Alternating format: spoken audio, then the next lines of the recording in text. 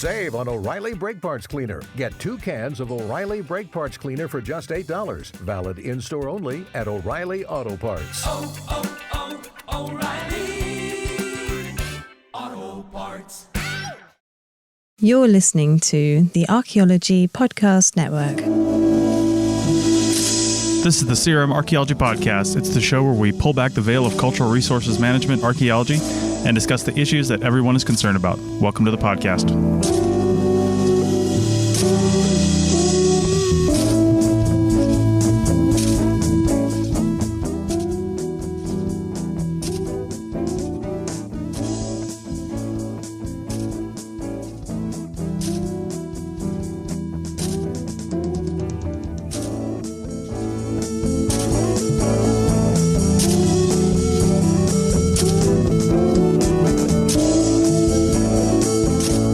Hello and welcome to the CRM Archaeology Podcast, episode 287, and I am your stand-in host, Andrew Kinkella, and I'm here today with only Doug. Everyone.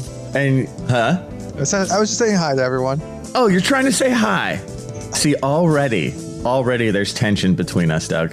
And I think we should fill everyone in, though. The reason why it's just you and me is because everyone else had something better to do. What's up with that? You know what I mean? Leaving Doug and I in a thing I'd like to call the lurch.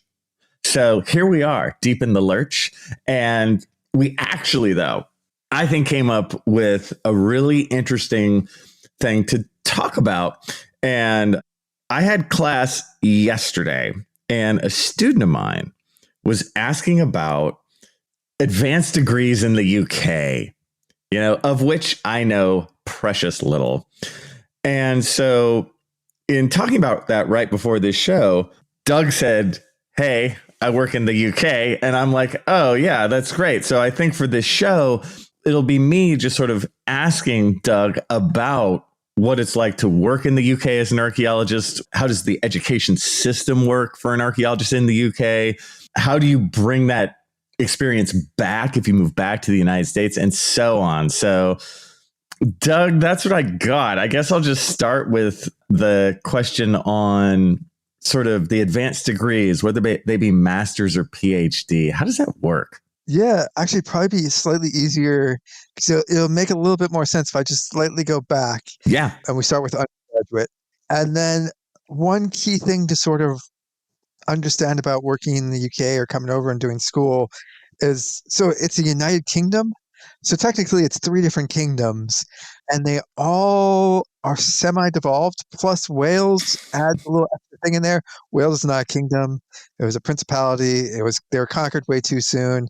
They couldn't do the union, all historical stuff, but they are in charge of their education system. So the 4 nations of the UK, England, Scotland, Wales, and Northern Ireland, each sort of control their own education systems, a bit similar to how it is in the States, with each state essentially setting a lot of standards, having some slight differences.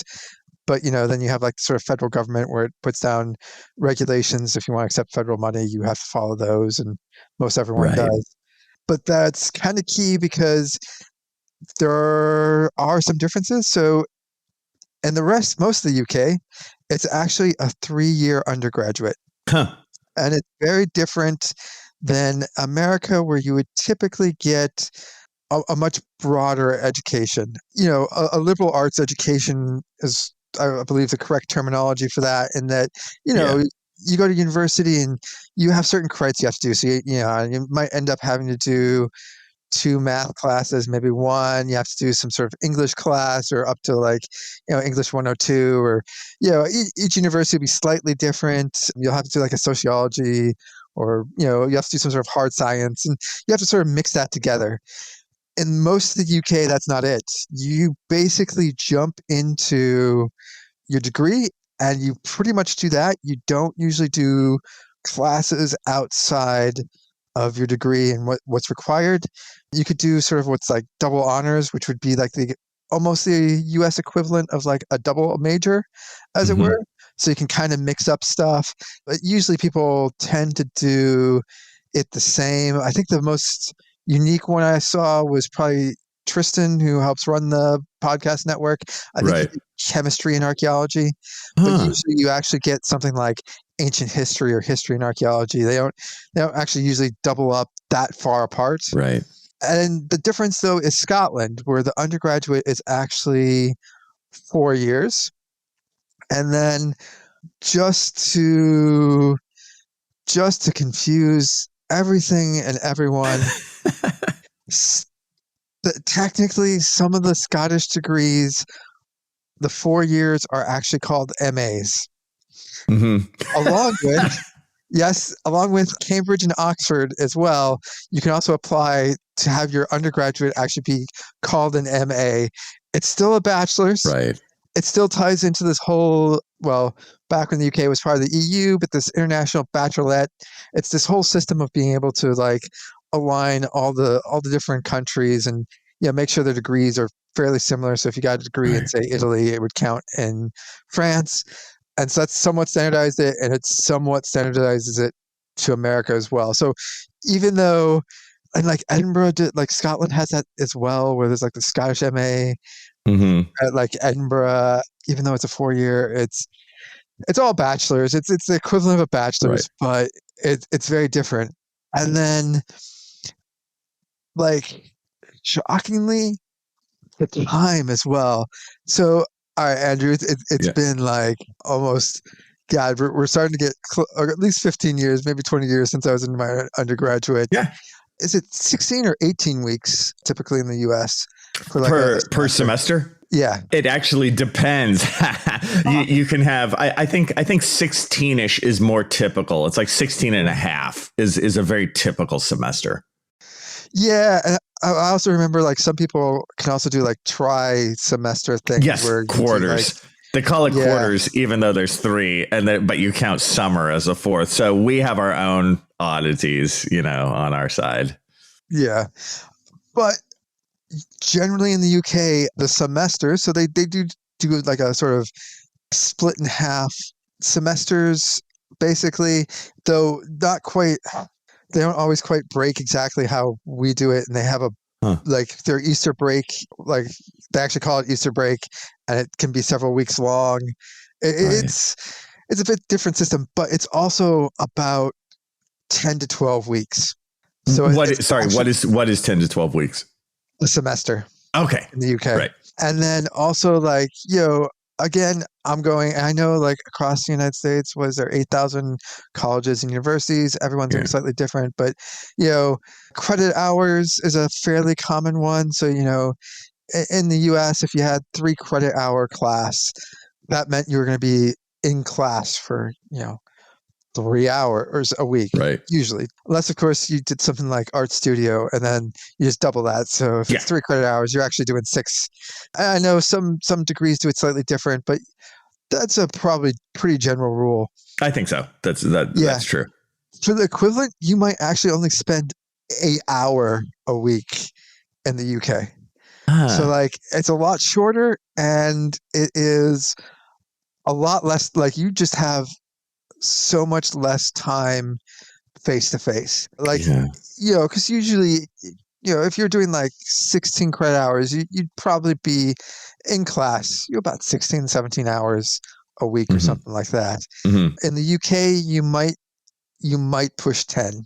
Dude, I didn't know any of this, and I just find this whole conversation fascinating. Like I love all of this, Doug, because students have asked me, for decades at this point about some of this stuff, and I would just sort of mealy mouth it. I'd be like, well, I think, and I knew none of this. This has just been this black hole mystery to me. So I think this is awesome. I have one or two questions just in terms of, okay, so if in the UK system, you're kind of specializing very early, it sounds like, right? You're going for your bachelor's and it's very specialized. Is the understanding that I learned how to read and write in high school? Like, is that the understanding? Like, I already know how to write because I got that in high school, so I'm going to college to focus. Yes. Also, there's different, again, sounds super confusing for different people, because technically some parts, like college, is actually most people essentially finish high school at 16 and then spend the last 2 years, which sometimes is called college, even though you also have so there's Edinburgh College as well, but sometimes like that. And basically you study for these various exams, and Scotland has a different name for it and England has a different name for it. And you take these ones, and then basically your entire university career is based off of these exams. And you might take you might take a big deep exam in history and English and math and geography and underwater pottery, basket weaving, something. You take so many of them, and then you get an A or B or various different scores. Again, slightly different in Scotland because it was a union in 1707, and they were able to keep their own education system because it was a union, not a conquest. Right. But yeah, basically they do that. And so imagine if it was the ACTs or SATs, but you've actually studied for 2 years for them. Yeah. And they're much more intense. Actually, that was becoming a thing. I'm pretty sure it's still a thing. SAT 2s. Is that still a thing? I've never heard it called that, but we have the SATs, and then for grad school there's the GREs, I think. SAT 2s was a thing, or at least about 20 years ago, where you could take a history SAT test thing, and sometimes universities would count it as a college credit. Oh yeah, level, we call those AP tests, advanced placement. So you take the AP test. That's what those are called now. Yeah. Well, so actually slightly different than AP, because AP definitely, if you got it, most schools would accept, on that 5-point scale, a 3 or 4 or 5. Yes. Yeah. It's harder to say, but then universities basically, they offer places and they'll be like, oh, all right, if you got out of your 4 tests, 4 A's and 1 B, we'll give you a place at Oxford. Well, right. They'd be like, you need 6 of these A-level A's and all these different things, but it is a lot more intense at that level. Sure. So your exams to get into university are more intense. So I did master's and PhD, so I actually ended up doing some teaching as well. I am going to piss people off, but I think they think much more higher of themselves, thinking that their students are much more advanced coming in and don't need a liberal arts. And you do see it, especially with what they'd call first years, we'd call freshmen. Right. Yeah, I would say that they're almost at a comparable level to the US, maybe a little bit better in that they might be there and they might not. But honestly, to be 100% honest with you, I do think liberal arts, they should be taking more classes and developing better writing skills or better science skills, a more broad-based education to help with those areas. I totally agree.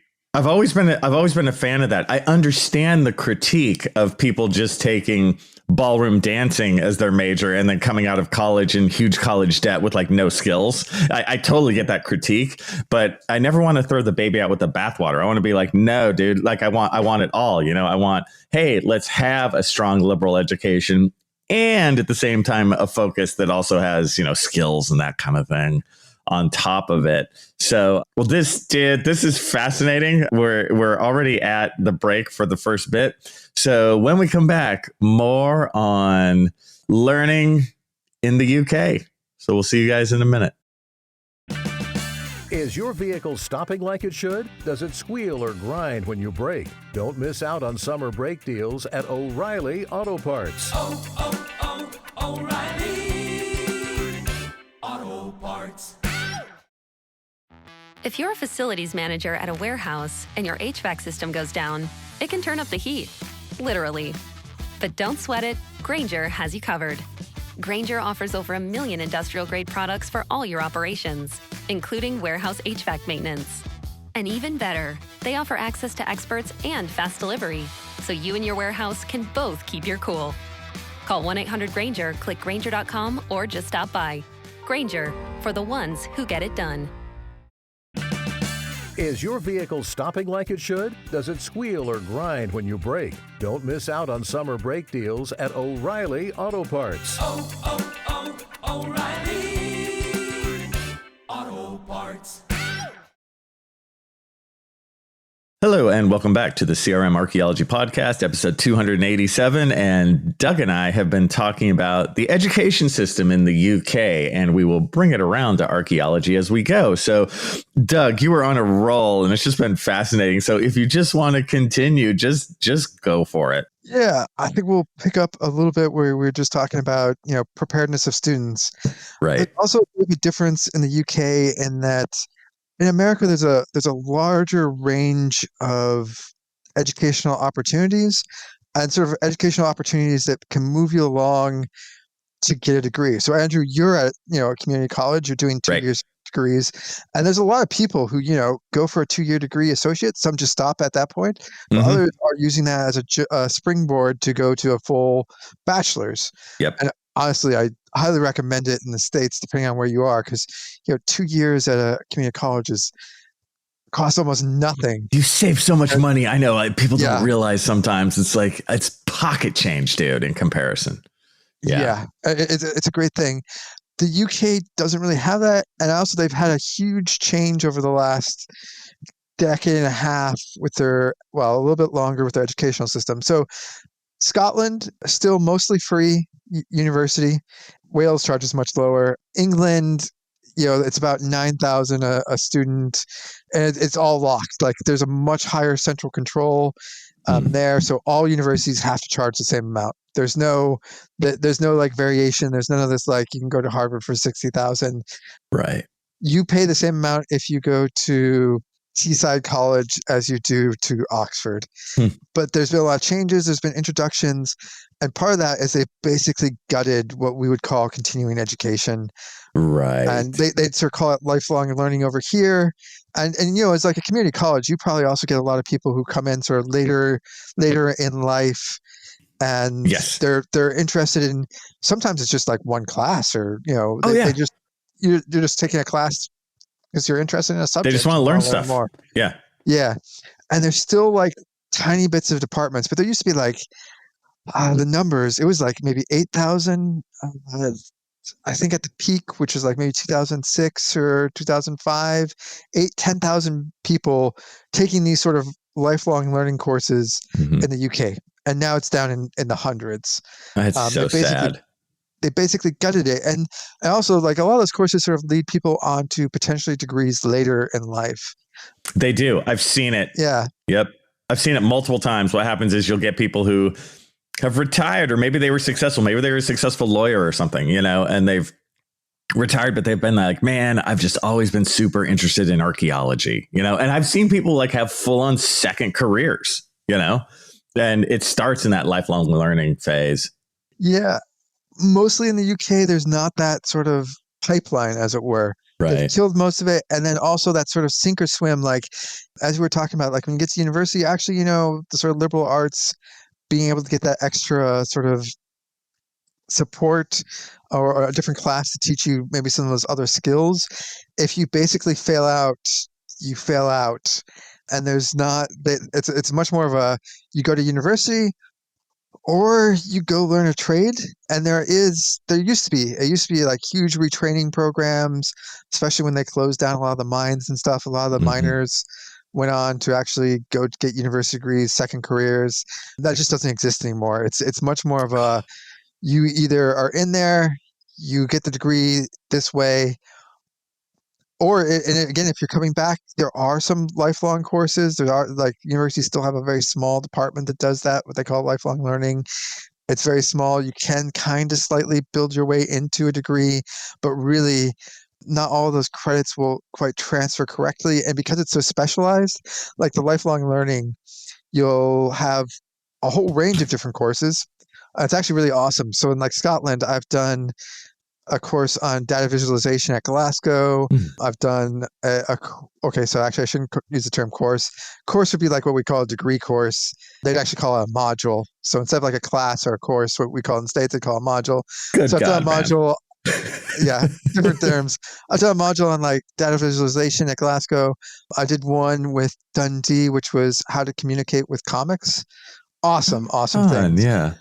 But those credits, don't, like if you were to build up in the United States, you could build up a bunch of sort of like that liberal arts credits and that would count. You really can't do that because it's so narrowly focused. So you basically coming back for a second career, you basically have to commit to doing a full-time or part-time degree, 3 years, 6 years, or 4 or 8 if you're in Scotland. And you there's not really a chance. You can maybe pick up occasional few credits here or there, maybe start a few in archaeology, but then you have to really commit. And that's the same with pretty much any degree. It's much harder than in the States, where you can sort of, over a couple of years, take a couple of classes, maybe get an interest, and then go back, and then you have a bunch of other credits, and it can really help you to get like a build up to get your bachelor's. It's really much all or nothing. So I've probably talked enough about the undergraduates. There are some, you get some students and a few Americans who come over to do undergraduate. Again, 3 years if you're in the rest of the UK, 4 years if you're in Scotland. It's, also be careful. Like, while the fees are 9,000 for UK people in England, free in Scotland, they can charge. There's no cap on foreign students. Oh, man. Yeah. So for an undergraduate, it doesn't actually make that much sense because you can come over and you're paying like 20, 30 or 40,000 pounds. It used to be worse when the pounds were, worth a lot more dollars. Now it's not too bad of a deal. And if you go to like the England where it's only a 3-year degree, you could still probably make it financially viable, especially compared to like doing out of state. In state, I don't think there's a economic advantage. The only thing is like, it's cool because you're in a different country, different cultures, different way of doing things.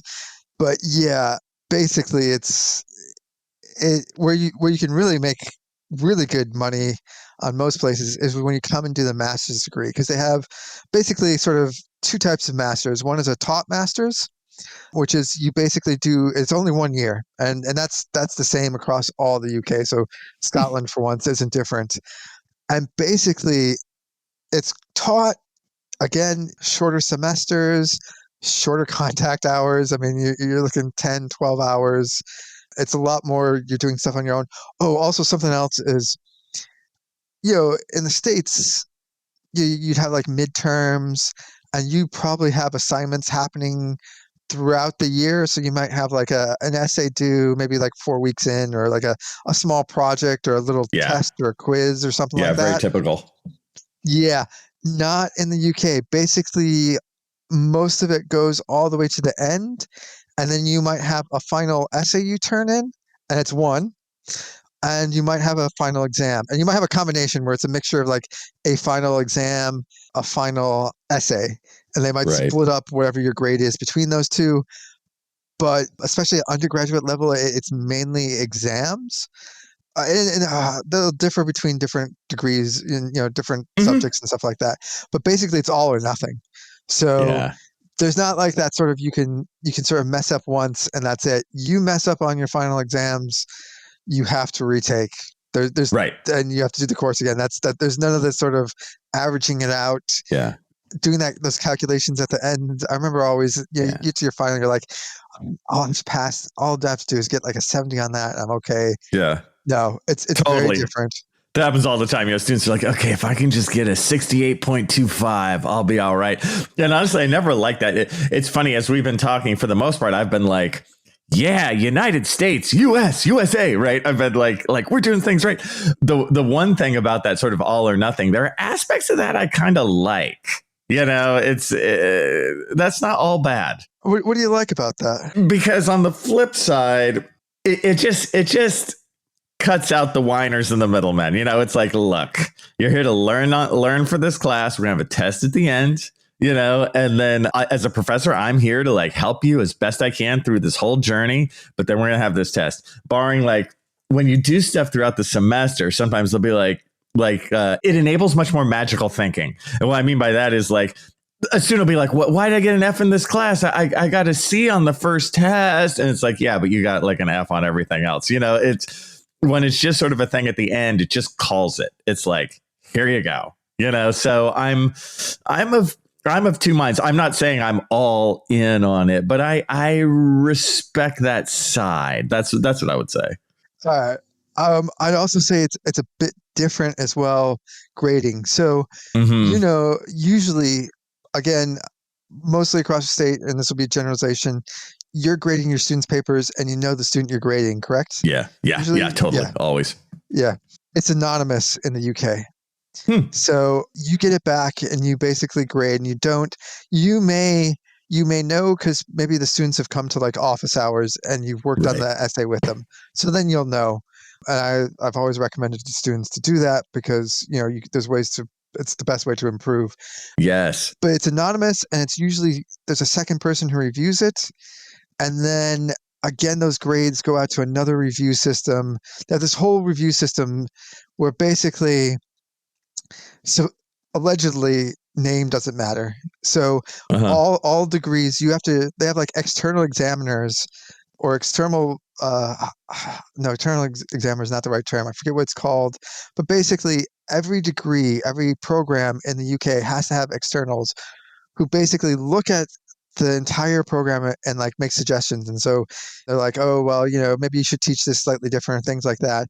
And then they also review like a sampling of the essays. And the idea is that whether you get a degree in Oxford or whether you get a degree in Glasgow, they're equivalent. Right. I get that. Name they're not, because name makes a huge difference. So that's like the grading. Sorry, there's a roundabout way of, I sort of had to explain, so it's anonymous. No, this is, dude, it's like sometimes on this show, we go over and I'm like, oh man, we got to reel it in. I think this is great. You're explaining things like straightforward. People want to know. Just go for it, man. Well, so this comes back to like the slight problem with the like all or nothing is basically, especially like for that first year students, you get to the end and you don't know if anyone's been struggling along the way.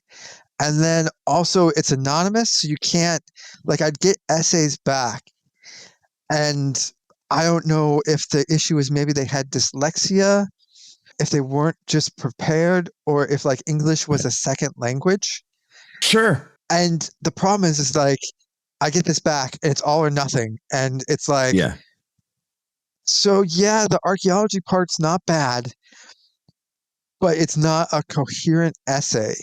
Yeah. And you basically like, there's no way to catch it. And then there's like, I remember writing in one of the things, I was like, hey man, you as a feedback, I was like, you really need to go see. So the library at the University of Edinburgh had like support and stuff for essay writing in English as a second language and stuff like that. You know what I hate, Doug? You know what I hate? I hate it when you have a really good point. God damn it. I totally agree with you. I get that. I get the like intervention earlier on. I was just thinking in terms of tests and stuff. I'm like, oh, all or nothing at the end. That's cool. But I'm always for like getting to know the students. And you're totally right to get something from them early on, just as a check of kind of like, how are you doing? What do you know? What do you not know? I stand aside to your mastery. Well, it also it's hard. Is like I put in comments like suggesting that they go and possibly get support for English as a second language or dyslexia, and those comments were stripped out. Oh, that's a bummer. Because it had to be anonymous, right? And if I was saying things like, I get it, like I couldn't. There's a lot of issues with writing that people can have, and there's different reasons behind it. I get that, but like they either had dyslexia or English was a second language, and they needed support with that. But I couldn't put those comments in there, so basically they didn't do well. And if they didn't do well in my class, I'm assuming the same problem occurred in all the other ones, and they probably just were hammered at the end. And either this is another thing. Grading scale is completely different in the UK. What is this alien landscape you're taking me to? So you have what's called a first, which is anything above a 70. You have a sort of 2-1, which is between like 60 and 70, or 60 and 69. A 2-2, or it's there, and basically, if you get below like a either a 40 or 50, depending, you failed. But they also they do a huge grading on a bell curve. So yeah, the biggest shock for like Americans when they get there is all of a sudden like you get like a 65. Uh-huh. And that's actually a pretty good grade. Right. And like, but people I was being used to laughing. like 90 or like Yes. 90s, like, Yes. and again, like it's all like this. They usually don't give like 80. Like when I say like a 70 or above, it's usually you're getting 70, 71, 72. I think the Mhm. highest grade I was able to get, because again, had to go to a second person to grade and agree with. Yeah. I think the highest I was ever able to give out was like a 76. Right. Wow. See, I didn't know any of this. Yeah. Like this is, I just find this fascinating, dude. And actually with that, I get, looking at the time, man, we'll have to go to segment 3 where we'll just have to like, answer all the questions. And we got to get to the sort of the master's and PhD and their length of time. I'm so interested in that. Anyway, we'll continue in a moment. We'll be right back. Save on O'Reilly Brake Parts Cleaner. Get 2 cans of O'Reilly Brake Parts Cleaner for just $8. Valid in-store only at O'Reilly Auto Parts. O'Reilly Auto Parts. If you're a facilities manager at a warehouse and your HVAC system goes down, it can turn up the heat, literally. But don't sweat it, Grainger has you covered. Grainger offers over 1 million industrial-grade products for all your operations, including warehouse HVAC maintenance. And even better, they offer access to experts and fast delivery, so you and your warehouse can both keep your cool. Call 1-800-GRAINGER, click Grainger.com, or just stop by. Grainger, for the ones who get it done. Is your vehicle stopping like it should? Does it squeal or grind when you brake? Don't miss out on summer brake deals at O'Reilly Auto Parts. O'Reilly Auto Parts. Okay, welcome back one more time to the CRM Archaeology Podcast, episode 287. And Doug has been talking about the strange, wonderful world of the UK education system, and we'll just keep going. So, Doug, just continue. This has been a total eye opener and super interesting for me.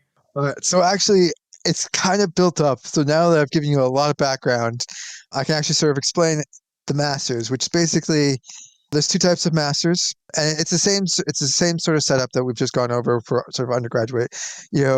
What they call a degree would be a course. So you take a course in archaeology or wherever that is, and that's actually a degree.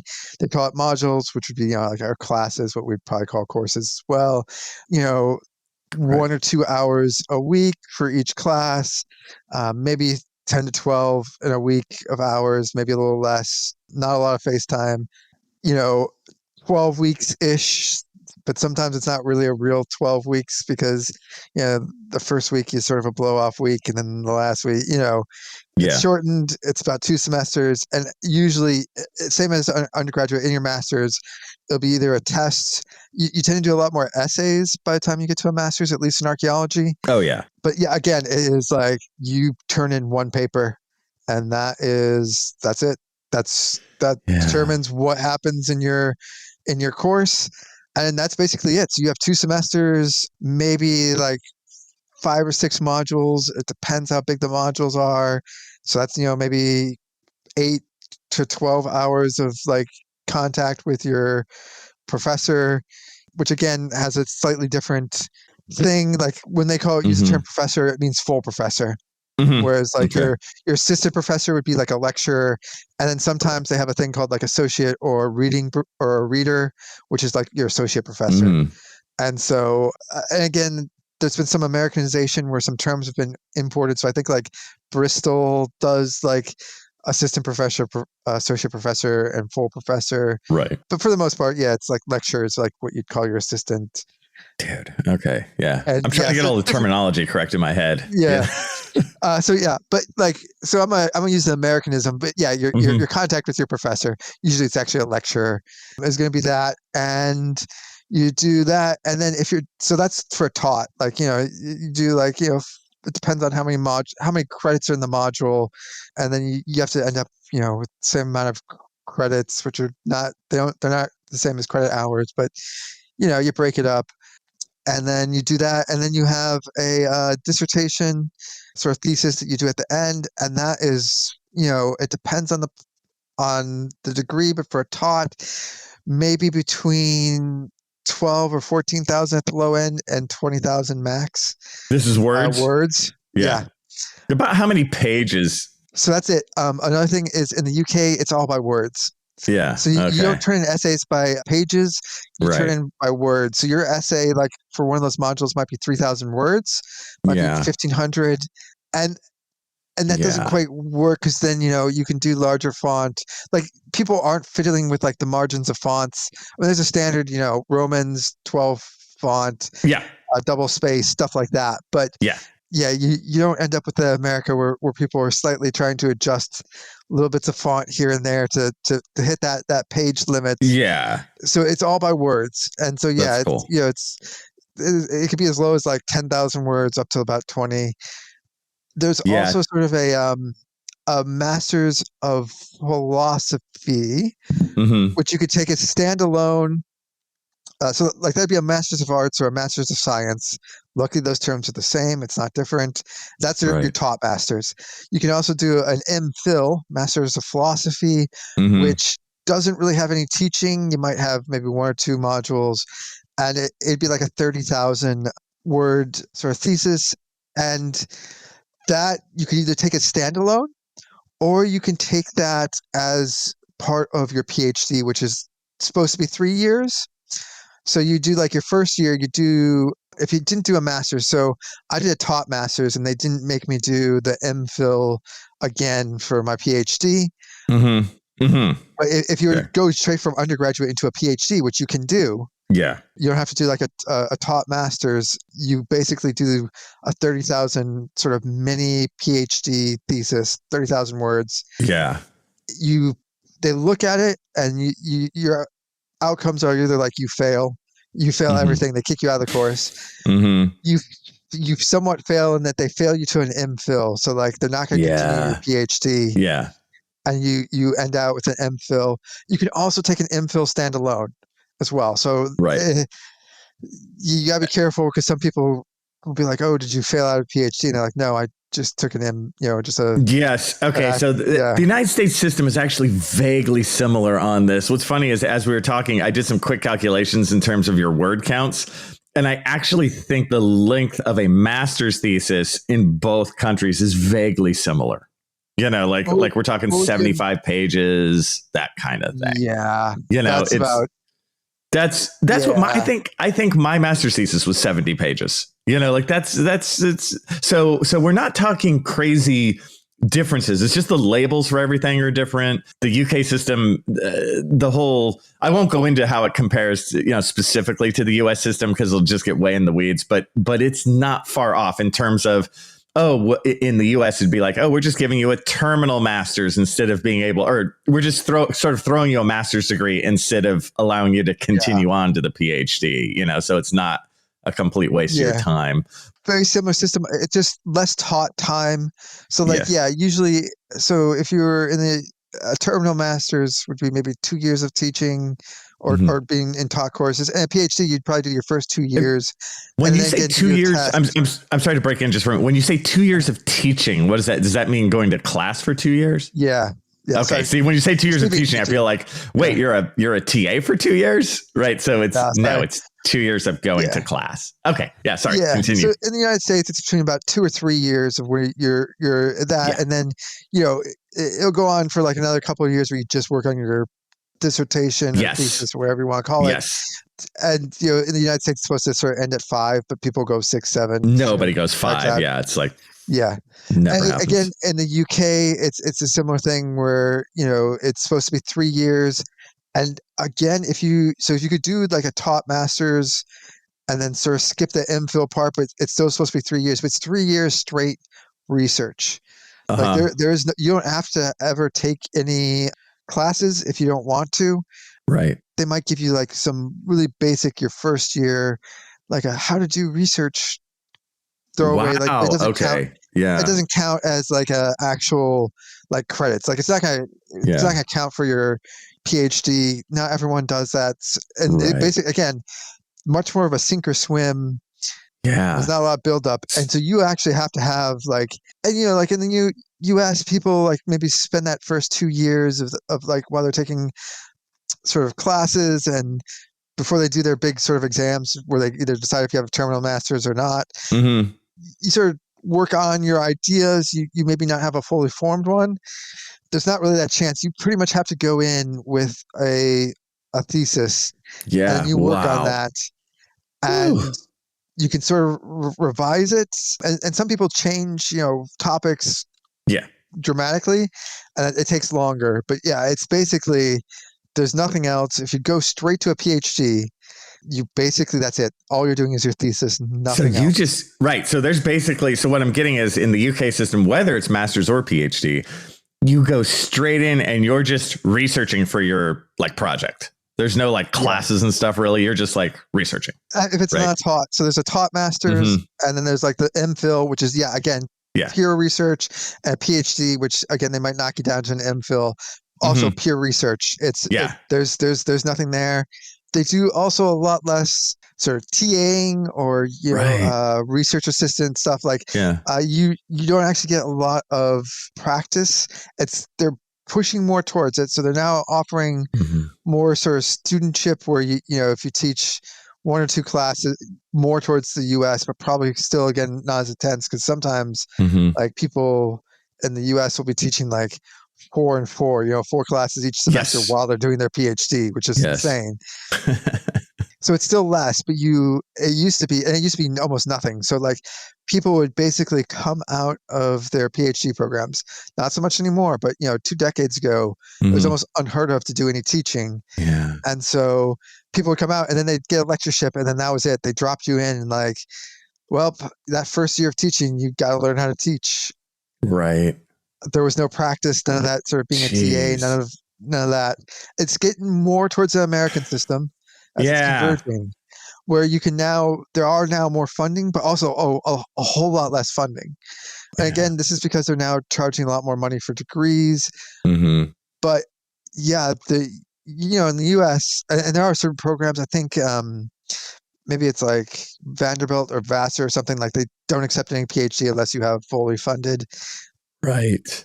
And in the United States, like a lot of people will be partially funded some way. Like either, I was. the few people that get like the National Science Foundation, whatever, PhD stuff. There's a couple of those, couple other funds. But, a lot of it is like TA teaching undergraduate courses. Yep. Or classes and all that stuff. That's true. That's what it was, When I went, and this was about a decade ago for my PhD, they really didn't have that. They had about 2, right after me, they started 2 people who basically got part funding. And actually, the only reason I was able to do my PhD is I split funding with someone else. I didn't actually have to teach. I taught a little bit for the money, but they'd given out like that year, maybe there was like three sources of funding, and 2 of us split one of them in archaeology out of like maybe 10 or 15 people. So like, in the States, at least, there are statistics on it. I think it's like 60 to 70%, maybe, and it'll differ between university, will probably have some sort of funding, usually like a TA-ship or a research assistant or something like that. Whereas in the UK, it's almost exactly switched, where maybe only 10, 20, 30% of the students will be on some sort of funding that way. Yeah. Damn. And then this comes back to like the sort of money thing. Cause so again, this was years ago, but you can go there. And if you're thinking, if you have to go out of state in the US, 40, 50, 60,000 per year, that's 2 years, maybe 3 for a master's, where even if you're going to the UK where it's like 20,000, which, is probably about 25,000 US, it's only for 1 year. It's a great deal price-wise. And potentially PhD-wise as well. Like if you can't get funding in the States, only paying for 3 years, and they only usually charge you for 3 years. So if you like do the 4th or like a 5th year, they charge like a nominal fee of like £1,000 or something, but it's not like a full charge for the full 3 years. And so if you have no funding in the States, and usually, like especially if you're going to CRM, where like you're actually looking for a terminal master's, you're not looking necessarily to go to a PhD, and there's not as many opportunities to get funding for that. usually it makes sense. I remember because so I went to UNM, and UNM thinks itself a bit higher and mightier than it is and wants to be. And they wanted to start University of New Mexico. Yeah. They don't accept any of their undergraduates into their master's programs, except very rarely, or at least when I went. Yeah. So I was looking, because they only wanted undergraduates from Berkeley and Michigan. No, that was their sort of academic thing. Yeah. Yeah. But so there was no way I was ever going to be able to go to UNM. I might have been able to go to like New Mexico State, but I was looking at out of state basically. Well, Eastern possibly. There's a couple of options, but small state and the closest one to me. So I'd have to move to a couple hundred miles away to a different university, different town, or basically go out of state. So for me, it made so much more sense. Actually, when I came over to the UK, I was actually planning on just doing 1 year master's so I could get the Secretary of Interior's qualifications and come back to CRM. Things happened. I ended up getting partially funded for a PhD. So I was like, well, it was also the middle of, the Great Recession. I was like, there's not any jobs. I might as well just stick it out a little bit. Yeah, sure. But for people who are coming back. Yeah. This is what I'm curious about, because it's like, these differences in the systems, like what I'm kind of getting is like, all right, the UK system is no BS. You just go in and you just like research your project and you finish it. It seems like, the finished product, whether it be a master's or PhD, and the actual research is not too terribly different. So the knowledge in those places would be about the same. But in terms of kind of obviously a more broad-based education, the ability to teach, the sort of heaviness of each degree, like the ones in the United States seem a little bit heavier. So I'm curious, like can degrees from the UK work in the US? Yeah. So all you have to do is, because, in the US, degrees work on accreditation. So you either have national accreditation, which is surprisingly considered less. So a lot of community colleges have national accrediting bodies, and then you have the regional ones, which tend to do the 4 year in masters, and those tend to be held in a higher degree. But any degree, again, the United States works in a way of it's a union. It's a union of 50 states. Each state does their own education, but to be able to accept, and so you can, if you get a degree in Alabama, you can work in Alaska. It's accreditation. Yes. And all you have to do is, when you come back to the United States, you pay one of those accrediting bodies. When I looked at it, it was like maybe $200. It's probably like $1,000 now. Inflation, and also that was like a decade ago. But you just come back, you pay it, they accredit your degree, and it will count for anyone who, like any federal agency or state agency that requires a degree. Right. That's it. All you have to do is pay that little extra. Some people do not know that they need to do that. They just need to know, like, if you're going over there, just budget, find out how much it costs. It's not, not right. It's a couple hundred. It's not too much. Yeah. Get that, and they have to accept it. Yeah, that is so huge. Like, God, people, advanced students going into this, they need to know that. They need to know that like out of the gate. It's like, if you're going to the UK, you need to know that you can get your degree accredited and it will count. I will say, sometimes it's a little difficult too, I think, for people to get their degrees in the UK, because to us in the US, it looks thinner. Like, so on when you hear the time frame, you're like, that just doesn't have the depth of a US degree. So sometimes I think if you're in like a hiring situation, somebody with a degree from the United States might have an edge. Yeah. I'd say more than that, because what I hear is the term, I love it, and not as a sarcastic love, I do find it funny, is a drive-by degree is what it's called. Yes. Oh, yeah. You go over and get that 1 year master's. Yeah. And there's definitely discrimination. So if people are hiring based on degrees, they're definitely going to look at that and be like, oh, your degree is not worth as much. But once you're in CRM, like, it's true. Like, even if you go straight through master's or undergraduate, master's, and PhD, you're going to be a tech. No one's going to hire you, and you're getting hired. You're not getting hired on that degree, really. They're kind of like, okay, whatever. You're being hired on, have you done CRM before? And CRM locally, usually. Yeah. Oh, Yeah. that's huge. So Yeah. that's another thing that can kind of hurt you is if you go across overseas and you get experience overseas, that's the biggest complaint in CRM in the US. And it's a big complaint in the UK as well, for archaeology over here when you're doing development led, is they're like, yeah, okay, so you dug in Cyprus. That has nothing to do with the UK. But again, if you don't have that experience, if you don't have actually professional experience, you're pretty much in the same boat. Maybe they're going to hire the local degree or the person who did the local field school over you, and there's going to be that discrimination. But as soon as you have your first CRM job, you're most likely, and again, different employers are different ways. Some people are still snotty and uppity and all that stuff. But for the most part, when it comes to that master's, it's like, oh, can you turn that in to get permitted? And as long as you have your degree accredited, that's all they're going to care about. That's not like, if you're looking at the person with like 10 years of experience, but a UK degree, and someone with 2 years of experience, but a US degree, they're going to take that person with 10 years of, when I say experience, like CRM, US, they're always going to go with that. It's always going to be that local experience. Totally.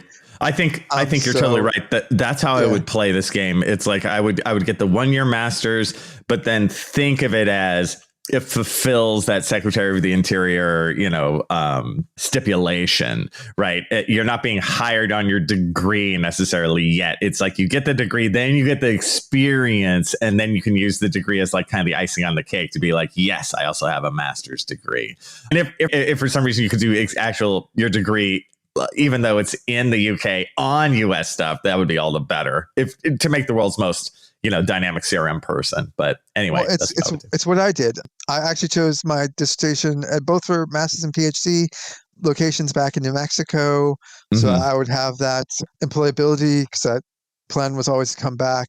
Right. And also like there's also people, so like Leicester does like an online degree, and there'll be people I know a lot of people in CRM who basically, after their work, they'll come back and they'll do the online degree just so they can get that master. So they'll have a couple of years of experience. They'll be field teching, maybe crew chiefing, depending where you are and permits and stuff. But if they need to get that extra bump, again, even if you're doing it part-time, it's 2 years as opposed to like a 4-year part-time. It's online, and you can basically do it at sort of, on your own, and still cheaper than most places in the States. Right. And if you just need to get that degree and you don't want to give up, like, go and spend a year just by yourself, you can do those online options. And again, you're going to have that experience. And then that's the best thing. I think where people run into problems is like they maybe did an undergraduate. Actually, I shouldn't say that because out of my cohort, I was the only one who came over who actually, I took a year off between my undergraduate and master's. I did CRM. I was the only one. And actually, a couple of people who came over basically had just gone straight from undergraduate into master's, did the 1 year, went back, got accredited. And I mean, 2 of them are in archaeology now. It's typical of a lot of courses, not everyone continues in the career. Didn't have any problems. One of them was a PI. Unfortunately, I believe they got injured and now can't. It had to do with basically balance stuff, inner ear thing. So basically can't, as far as I understand, can't go back to archaeology now. But they had got all the way up to PI level in 5 years, 6 years. And that was going straight undergraduate. UK masters, coming back, going to CRM, and it did not affect their career at all. Right.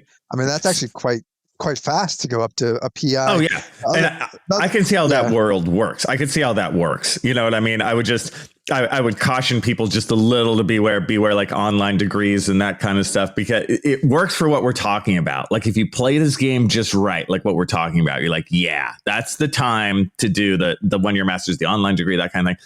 But in the broader world, I always recommend an on ground degree to online, right? If you have a choice, Yeah, I mean, there'll be less stigma against it, and again, and you'll learn more. It's all about playing that. Well, we probably don't have enough time to jump into that. I know. Oh, we can do that next time. You dropped that bomb right at the end there, Andrew. I'd like to argue with you, but we're right at the end. I was waiting. Yeah. We'll say that for the next podcast. Totally, that's a good one.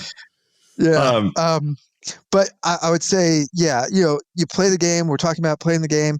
I'd also say it's not going to affect you either for if you're going into academia as well, because I've done the numbers, various publication reports. I think I put on my blog where I looked at every person who did a PhD, everyone teaching archaeology in the U.S. And there's, a couple of percentage of those people got their degrees in the UK. Right. I think the UK is the next biggest. It's like Canada, because obviously so close and stuff like that. But it hasn't really had an effect. Same for like US degrees going across to the UK to teach. It's only a couple of percentage points. It's a couple dozen people. It's not a lot. Yeah. But it's not one of those things where like the US has totally blocked out anyone who's ever gotten a UK degree and they can't. No, not at all. And I at all. Yeah. No. And I work with those people from time to time. They're around. Like I see them in local California archaeology from time to time. And I definitely see them like when I work in Belize, I don't want people to think that it's a dark hole and there's no way out or something. Not at all. I see those people. So dude, with that, I guess. We're at 25 minutes, man. Yeah. We've gone over. So I guess to wrap it up, Doug, dude, I just thought that was fascinating. Thank you for talking about that. My students have asked me this my entire career, and I had no idea what to tell them. I guess my last question as we wrap up, you just mentioned your blog, for a moment. What's the title of your blog? Like, where do I find your blog? Oh man, it's pretty simple. It's Doug's Archaeology. Oh, Doug's Archaeology. There you go. Yeah, you'd have to go back. I did that. maybe like 2014, that analysis and stuff. Yeah. No, that's good. It's buried in there, but yeah. I mean, I looked at it, and it has no effect.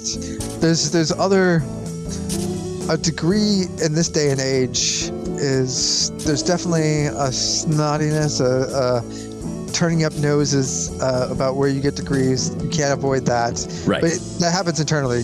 People always put Harvard above. Andrew, where is the community college you teach at? Oh, Moore Park College. Moore Park. Yeah, man. I mean, to be honest, you probably give a much better education than anyone would receive. I do. That is the joke, and I'm not just bragging about myself. Like the community college system in general it's structured to teach rather than research. But again, another topic for another time. Man. Anyway, Doug, I just thought that kicked ass. And I guess on our rollout, hope everybody enjoyed it. We now know about what to do internationally in the UK if we go there from the United States to get an education. And we will see you next time. And as Chris says, we will see you in the field. Goodbye. Goodbye. That's it for another episode of the CRM Archaeology Podcast. Links to some of the items mentioned on the show are in the show notes for this podcast, which can be found at www.arcpodnet.com/CRMArcPodcast. Please comment and share anywhere you see the show. If you'd like us to answer a question on a future episode, email us. Use the contact form on the website, or just email chris@archaeologypodcastnetwork.com. Support the show and the network at arcpodnet.com/members. Get some swag and extra content while you're there. Send us show suggestions and interview suggestions. We want this to be a resource for field technicians everywhere, and we want to know what you want to know about. Thanks to everyone for joining me this week. Thanks also to the listeners for tuning in, and we'll see you in the field. Goodbye.